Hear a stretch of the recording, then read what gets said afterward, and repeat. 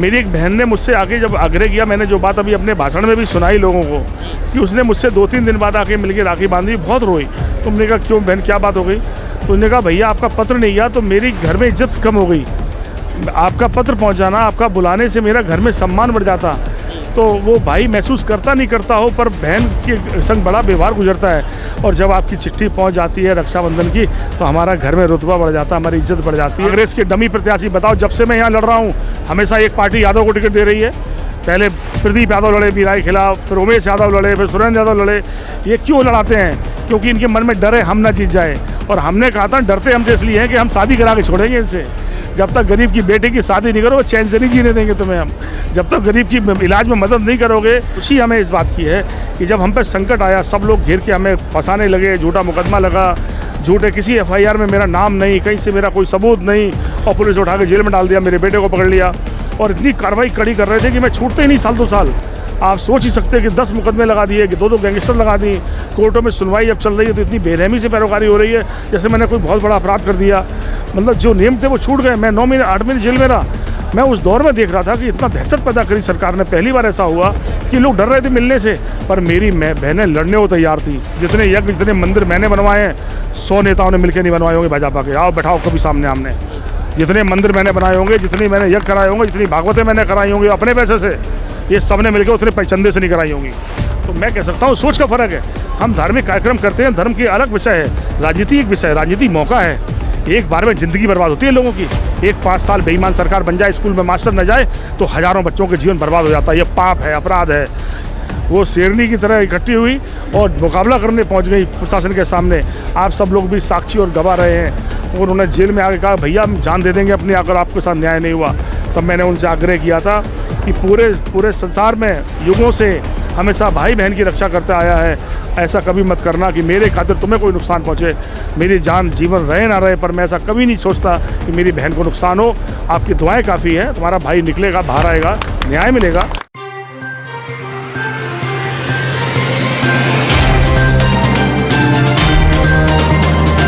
नमस्ते, मेरा नाम है धर्मेंद्र। आप देखना शुरू कर चुके हैं द न्यूज़ तंत्र। अभी हम उपस्थित हैं निवाड़ी विधानसभा के स्टेडियम ग्राउंड में, और ये जग जाहिर हो गया है कि आज जो यहाँ उत्सव मनाया जा रहा है, रक्षाबंधन का त्यौहार। और ये जानकारी भी, क्योंकि एक हफ्ते से बराबर खबरें चल रही हैं कि पूर्व विधायक दीपनारायण सिंह यादव यहाँ पे एक रक्षाबंधन उत्सव का एक बड़ा त्यौहार मनाने जा रहे हैं। और अभी ये हम लोग ग्राउंड पर ही हैं। पूर्व विधायक जी हमारे साथ मौजूद हैं।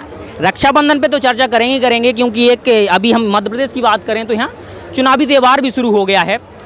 जैसे एक बहन को कोई अपना समय नहीं दे पाता कोई भाई, क्योंकि मैं भी समाज में घूमता रहता हूँ। 1000 बहनों को कैसे मैनेज करना, उनको निमंत्रण भेजना, फिर ये पता करना कि कौन आ पाया कौन नहीं आ पाया, कैसे सब मैनेज होता है? देखिए, हमने कहा कोशिश करने वालों की हार नहीं होती। हम लोगों ने एक कोशिश शुरू की, लेकिन वो परिणाम में तब्दील है। देखो, मेरी 90% बहनें आती हैं, 95% भी आई हैं, कभी 100% भी आई हैं। तो मैंने कहा ना, ये अकेली कोशिश नहीं है, बल्कि ये रिश्ते की इतनी पवित्रता है, इसमें इतनी ताकत है। और ये एहसास कराती है कि एक बहन अपने भाई का किस बेसब्री से इंतज़ार करती है। समाज के लिए मैसेज भी है। हम लोग अपनी बहनों की शादी कर देते हैं, बहन ससुराल चली जाती है, और फिर कभी कभी हम लोग उसको रक्षाबंधन के दिन भूल जाते हैं। इन बंधनों के दौरान मुझे एक नई चीज़ मिली। मेरी एक बहन ने मुझसे आके जब आग्रह किया, मैंने जो बात अभी अपने भाषण में भी सुनाई लोगों को, कि उसने मुझसे 2-3 दिन बाद आके मिलके राखी बांधी, बहुत रोई। तुमने कहा क्यों बहन, क्या बात हो गई? तो उसने कहा भैया आपका पत्र नहीं गया तो मेरी घर में इज्जत कम हो गई, आपका पत्र पहुंचाना, आपका बुलाने से मेरा घर में सम्मान बढ़ जाता। तो वो भाई महसूस करता नहीं करता हो, पर बहन के संग बड़ा व्यवहार गुजरता है। और जब आपकी चिट्ठी पहुंच जाती है रक्षाबंधन की, तो हमारा घर में रुतबा बढ़ जाता है, हमारी इज्जत बढ़ जाती है, सम्मान बढ़ जाता है। तो मैंने कहा बहन, अब ज़िंदगी में कभी गलती नहीं होगी, और मैं कोशिश करूँगा हर रक्षाबंधन में आपसे ज़रूर पत्र भेजूँगा, मिलूँगा। कोरोना काल में भी हमने किया, जब हम अपनी बहनों के पास नहीं जा पाए, अभी जेल में भी चले गए हम, तब भी हमने अपनी बहनों के यहाँ राखी रक्षाबंधन जरूर उनसे ज़रूर किसी ना किसी को भेज कर उनको एहसास कराया कि नहीं, हमारा परिवार जब तक हम जिंदा हैं चलेगा। और मैं खुशी हमें इस बात की है कि जब हम पर संकट आया, सब लोग घेर के हमें फंसाने लगे, झूठा मुकदमा लगा, झूठे किसी FIR में मेरा नाम नहीं, कहीं से मेरा कोई सबूत नहीं, और पुलिस उठा के जेल में डाल दिया, मेरे बेटे को पकड़ लिया। और इतनी कार्रवाई कड़ी कर रहे थे कि मैं छूटते ही नहीं साल 2 साल। आप सोच ही सकते हैं कि 10 मुकदमे लगा दिए, कि 2 गैंगस्टर लगा दी, कोर्टों में सुनवाई अब चल रही है तो इतनी बेरहमी से पैरोकारी हो रही है जैसे मैंने कोई बहुत बड़ा अपराध कर दिया। मतलब जो नियम थे वो छूट गए। मैं 9 महीने 8 महीने जेल में रहा। मैं उस दौर में देख रहा था कि इतना दहशत पैदा करी सरकार ने। पहली बार ऐसा हुआ कि लोग डर रहे थे मिलने से, पर मेरी बहनें लड़ने को तैयार थी। वो शेरनी की तरह इकट्ठी हुई और मुकाबला करने पहुंच गई प्रशासन के सामने। आप सब लोग भी साक्षी और गवाह रहे हैं। और उन्होंने जेल में आके कहा भैया हम जान दे देंगे अपनी अगर आपके साथ न्याय नहीं हुआ। तब मैंने उनसे आग्रह किया था कि पूरे संसार में युगों से हमेशा भाई बहन की रक्षा करता आया है, ऐसा कभी मत करना कि मेरे खातिर तुम्हें कोई नुकसान पहुँचे। मेरी जान जीवन रहे ना रहे, पर मैं ऐसा कभी नहीं सोचता कि मेरी बहन को नुकसान हो। आपकी दुआएँ काफ़ी हैं, तुम्हारा भाई निकलेगा, बाहर आएगा, न्याय मिलेगा। और हम आज बाहर हैं। जी, आप कई सालों से उत्तर प्रदेश में ये त्यौहार राखी का मनता रहा है। पहली बार शायद मुझे जो जानकारी है कि निवाड़ी में पहली बार है, कैसा अनुभव है यहाँ का? नहीं, हम लोग ये तीसरा या चौथा मना रहे हैं निवाड़ी में। हाँ, इसके पहले भी बहुत अच्छा, मंडी में 2 बार मनाया, हज़ारों लोग आए हैं। आप लोगों से पूछे यहाँ किस रूप में मना है। हाँ, इस मैदान में पहली बार मना है। उसकी वजह हुई कि मंडी में इस समय वहाँ बहुत सारा गेहूँ गल्ला सब रखा हुआ है, फसल रखी, लोगों की जगह नहीं थी, इसलिए मजबूर होकर हम लोग यहाँ पर आए। वरना हर बार मनाते हैं और अगली बार मिलेंगे तो इससे भी अच्छा मनाएंगे। एक बड़ी मतलब ये कहें कि ह्यूमर चल रहा है निवाड़ी में, कुछ चुनिंदा नेताओं के द्वारा मतलब जनता में घोला जा रहा है कि बाहरी, लेकिन ग्राउंड में जब हम देख रहे हैं कि इतनी जनता है और ये सब जब बाहरी का ये थप्पा लगा रहे हैं तो फिर ये लोग कैसे यहाँ उपस्थित हैं, मतलब कितना प्रेमी मिल रहा है? देखिए जो लोग बाहरी बता रहे हैं उनको वोट कितने मिले हैं? वो 5,000 7,000 पाते हैं। और यहाँ की जनता हमें घर का मानती है, 40,000 वोट देती है। ठीक है, हराने वाले मुझे हरा सकते हैं, पर मेरा परिवार यहाँ बसता है, मेरे लोग यहाँ बसते हैं। समाजवादी पार्टी के लिए मरने वाले लोगों की संख्या ज़्यादा है, वोट तो बहुत छोटी बात है। वक्त आने पर जान देने वाले लोग हैं। ये मुलायम सिंह यादव, अखिलेश यादव को मानने वाले लोग हैं, समाजवादी पार्टी के साथ जीने वाले लोग हैं, और हम लोगों का जीवन उनके साथ चल रहा है। मैंने कहा कि लड़ाई इस बात की नहीं है, लड़ाई है कि लोग कब जीतेंगे। जो जीतते हैं यहाँ से वो लोगों के लिए क्या कर रहे हैं। लोगों को कर्जा बढ़ा है, गांव में हालत ख़राब है। राजनीति की लड़ाई तो लोगों के विकास की है। राजनीति में ये थोड़ी हो सकता कि नेता मेहरबानी करने लगे। आप सरकार के पैसे से, अभी जो सरकार है मध्य प्रदेश में, वो लड़कियों की शादी करती है। आप सरकार के गरीबों के पैसे से गरीबों की शादी कर रहे, झूठे मामा बन गए। अरे हमने जिस बहन की शादी की है, खर्चा पूरा उठाया अपने ऊपर। आज रक्षाबंधन में सरकारी पैसे से नहीं कुछ दे रहे हैं, अपने खून पसीने की कमाई से अपनी बहन को गिफ्ट देने की कोशिश कर रहे हैं। तो जिस दिन आप अपने पैसे से, अपने कुछ कमाए हुए पैसे से किसी परिवार की बेटी को अपनी बहन बनाएंगे, किसी को अपनाएंगे, तब आपको एहसास होगा कि रिश्ता क्या होता है। वो सरकारी रिश्ता हो सकता है, हमारा रिश्ता अपना खून से बड़ा रिश्ता है, इसलिए लोग हमारे साथ हैं। और आप देखेंगे, मैंने कहा गणित ने हराया हमें। सब मिल जाते हैं, 2 पे 2 चुनाव होता है, दोनों पार्टियों को मिलना पड़ता है। कांग्रेस के डमी प्रत्याशी, बताओ जब से मैं यहाँ लड़ रहा हूँ हमेशा एक पार्टी यादव को टिकट दे रही है। पहले प्रदीप यादव लड़े मीरा के खिलाफ, फिर उमेश यादव लड़े, फिर सुरेंद्र यादव लड़े। ये क्यों लड़ाते हैं? क्योंकि इनके मन में डर है हम ना जीत जाए। और हमने कहा था डरते हमसे इसलिए हैं कि हम शादी करा के छोड़ेंगे इनसे। जब तक गरीब की बेटे की शादी नहीं करो, चैन से नहीं जीने देंगे तुम्हें हम। जब तक गरीब की इलाज में मदद नहीं करोगे, बेईमानी करोगे गरीबों के साथ। आज पुलिस लूट रही है लोगों को, विधायक बैठे बैठे तमाशा देख रहे हैं। अरे हम लोग कुछ होंगे ना तो प्राण दे देंगे अपने लोगों के लिए, पर ये बर्दाश्त नहीं करेंगे। ये गुंडई नहीं चलेगी, जनता मालिक है।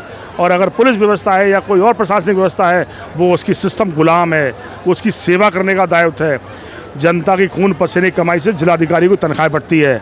जिलाधिकारी का रौब नहीं हो सकता जनता के ऊपर, जनता का रौब है उसके ऊपर। यहाँ उल्टा हो गया, डर रहे लोग अधिकारियों से डर रहे हैं, देख के बेचारे भाग रहे हैं। जो जिनके खून पसीने की कमाई मिल रही है उनसे प्रेम करना पड़ेगा, ये स्वीकार करना पड़ेगा कि ये हमारी सेवा करने का हमारा दायित्व है, कर्तव्य है। संविधान ने हमें जिम्मेदारी दी है।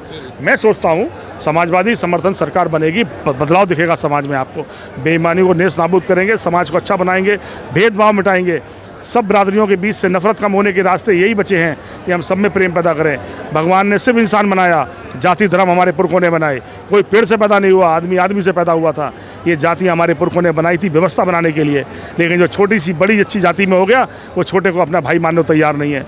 वही हालत है कि एक बहुत बड़ा आदमी बन जाए सगा भाई, दूसरा गरीब रह जाए, तो उस गरीब को बड़ा आदमी कभी अपना भाई नहीं कहता। ये बेईमानी है। हम लोग इस समाज के भेदभाव को मिटाएंगे। अगर हम संपन्न हैं तो हमारी ज़रूरत होना चाहिए, संकल्प होना चाहिए हमारे जीवन में, जो कमज़ोर है उसे हम बाहर निकालेंगे और तभी अच्छा समाज बनाएंगे। चर्चा अंतिम पड़ाव पर है, लेकिन जातिवाद का अगर ये मतलब शब्द आ गया है तो यही पूछना चाहते हैं कि ह्यूमर फैलाया जा रहा है सिर्फ जातिवाद के नाम पे कि ये जीत गए तो फिर दोबारा से यहाँ माहौल ख़राब हो जाएगा और आप लोग पिटेंगे। इस पर उन लोगों के लिए आप क्या कहेंगे? देखिए ना, ये दिमाग से लोगों की ज़िंदगी को मार रहे हैं। ये तरक्की छीन रहे हैं, स्कूल में मास्टर नहीं जाता, 1-5 साल में लाखों किसान मजदूर के बेटे मजदूर हो जा रहे हैं, ये दिमाग से मार रहे हैं, ये झूठी लड़ाई सुनाते हैं, हज़ारों किस्से मदद किए हैं वो नहीं सुनाता कोई आदमी। एक घटना सुनाकर आप राजनीति जोड़ोगे? ये जो ठगने वाली राजनीति है ना, कि जब बच्चों के भविष्य तय होना है, जब नौकरी तय होनी है, तब मंदिर तय करते हैं ये। अरे मंदिर हमारा आस्थाओं का विषय है, भगवान को तुमसे ज़्यादा हम मानते हैं, तुमसे उनसे ज़्यादा आरती हमें याद होगी, उससे ज़्यादा हमें मंत्र याद होंगे। कोई बिठा लो सामने आप हमारे, हम उसको बता देंगे धर्म क्या हो, धर्म क्या। धर्म मानवता है। हमारे राम तो सबरी के झूठे बेर खा रहे थे, इनके भगवान राम के मंदिर में भगवान दलित को घुसने नहीं दे रहे हैं। ये कौन सा धर्म की बात कर रहे हैं? ये भेदभाव हो सकता है, ये धर्म नहीं, ये राजनीति हो सकती है। राजनीति और विषय अलग है। राजनीति के समय धर्म की बात नहीं, धर्म की बातें राजनीति से हट के करो। आओ हम सब मिलकर हम लोग भागवत कथा कराते हैं। जितनी कथाएं मैंने कराई हैं, जितने यज्ञ, जितने मंदिर मैंने बनवाए हैं, 100 नेताओं ने मिलकर नहीं बनवाए होंगे भाजपा के। आओ बैठाओ कभी सामने आमने। जितने मंदिर मैंने बनाए होंगे, जितनी मैंने यज्ञ कराए होंगे, जितनी भागवतें मैंने कराई होंगी अपने पैसे से, ये सब ने मिलकर उतने चंदे से नहीं कराई होंगी। तो मैं कह सकता हूँ सोच का फ़र्क है। हम धार्मिक कार्यक्रम करते हैं, धर्म की अलग विषय है, राजनीति एक विषय है। राजनीति मौका है, एक बार में ज़िंदगी बर्बाद होती है लोगों की। 1-5 साल बेईमान सरकार बन जाए, स्कूल में मास्टर न जाए, तो हज़ारों बच्चों के जीवन बर्बाद हो जाता है। ये पाप है, अपराध है। या तो मैं राजनीति में रहूँगा, वरना सिस्टम को ठीक कर दूँगा, वरना छोड़ दूँगा राजनीति। ये भी कह रहा हूँ आपसे। नहीं करूँगा जी। आपने दीपनाथ जी को सुना, और जैसे पहले भी मैं एक रिसर्च में बता चुका हूँ, हालांकि मुझे थोड़ा महसूस हो रहा था कि मैं कोई गलत तो नहीं हूँ। आकलन निकाला गया तो सबसे ज़्यादा जो धार्मिक त्यौहार हैं या ऐसे उत्सव हैं, सबसे ज़्यादा दीपनाथ जी ने करवाए हैं। बुंदेलखंड की हम बात करें, चाहे वो मध्य प्रदेश का क्षेत्र हो, चाहे वो उत्तर प्रदेश का क्षेत्र हो। प्रदेश की बात करो आप। जितनी भागवत कथाएं मैंने सर पे रखकर अपनी कराई हैं, एक नेता बता दो बीजेपी का पूरे प्रदेश में, देश में, जिसने कराई हो, एक का नाम बता दो मैं। आप 10 आयोजन देखो, हज़ारों लोगों के बीच में सर पर भागवत रख के लाखों लोगों के बीच में वो निकाला है, कथाएं कराई हैं, बड़े से बड़े महात्माओं से कथा कराई हैं। रमाकांत व्यास जी, पाराशर जी, अभी योगी जी करा रहे थे कथा, मैंने 15 साल पहले कथा मोट में कराई उनकी, जो आज मुख्यमंत्री जी करा रहे थे अपनी योगी पीठ पर करा रहे थे, उनकी 2 कथाएँ कराई मैंने अभी प्रेम भूषण जी महाराज की राम कथा कराई मोट में चुनाव के पहले। तो मैंने कहा धर्म एक अलग विषय है, हम धर्म उनसे ज़्यादा मानते हैं। भगवान हमारे एक सच्चे समाज की कल्पना करते हैं। भगवान राम पे जय श्री राम का नारा लगा चाकू मार दो, आप भगवान राम के भक्त कह रहे हो? भगवान राम का भक्त नहीं हो सकता वो। भगवान राम तो मर्यादा के प्रतीक थे हमारे। हमने कहा ना कि ये राम भक्त नहीं, नकली राम भक्तों से लड़ना हमको है। हमारे भक्त तो मर्यादा में जो नहीं रह सकता वो राम भक्त नहीं हो सकता। ये नारे लगाते जा रहे हैं, जय श्री राम का नारा लगा, अपमान कर रहे हैं लोगों का। भगवान अपमान करने वाला शब्द नहीं है। बेईमानों, अपने मन से भगवान को, ये तो रावण कर सकता था, राम के भक्त नहीं कर सकते थे। राम के वक्त उस आदर से भगवान राम का नाम लेंगे, किसी को चुभ ना जाए। हमारे राम तो कितने नेक कैसे थे रामाय राम। एक जनता के प्रश्न पर उन्होंने क्या किया, सीता को त्याग दिया। जिन सीता के लिए कितना बड़ा युद्ध हुआ, लेकिन जब जनता ने राजा बन गए वो और एक सवाल कर दिया तो सीता को त्याग दिया।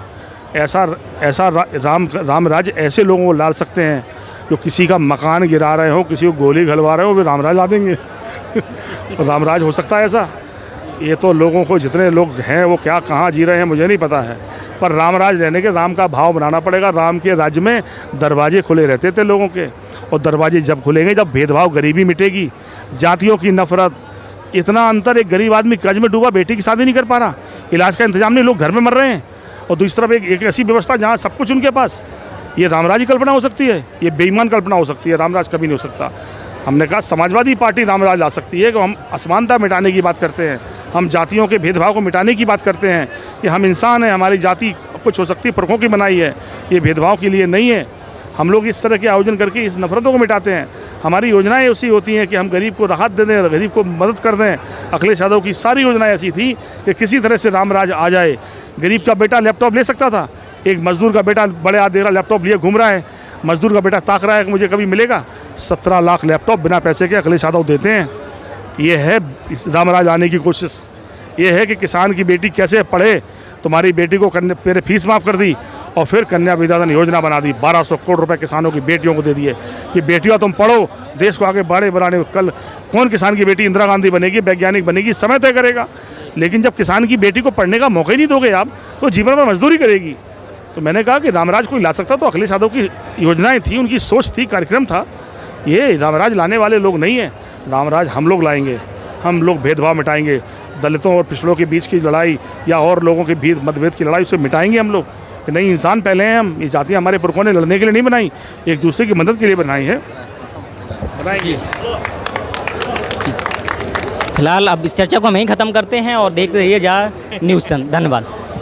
द न्यूज तंत्र बुंदेलखंड का उभरता हुआ एक ऐसा चैनल है जो बेबाक और निष्पक्ष तरीके से जनता की समस्याओं को उठाता है। आप अपनी समस्याओं को दिए हुए व्हाट्सएप नंबर पर भेज सकते हैं। साथ ही आप अपने किसी स्टार्टअप या अपने बिजनेस का प्रमोशन हमारे चैनल के जरिए करा सकते हैं। खबरों को देखने के लिए फेसबुक या यूट्यूब पर द न्यूज तंत्र टाइप करके सर्च करें और खबरों से जुड़ जाएं। वीडियो पूरा देखने के लिए आप सभी का धन्यवाद।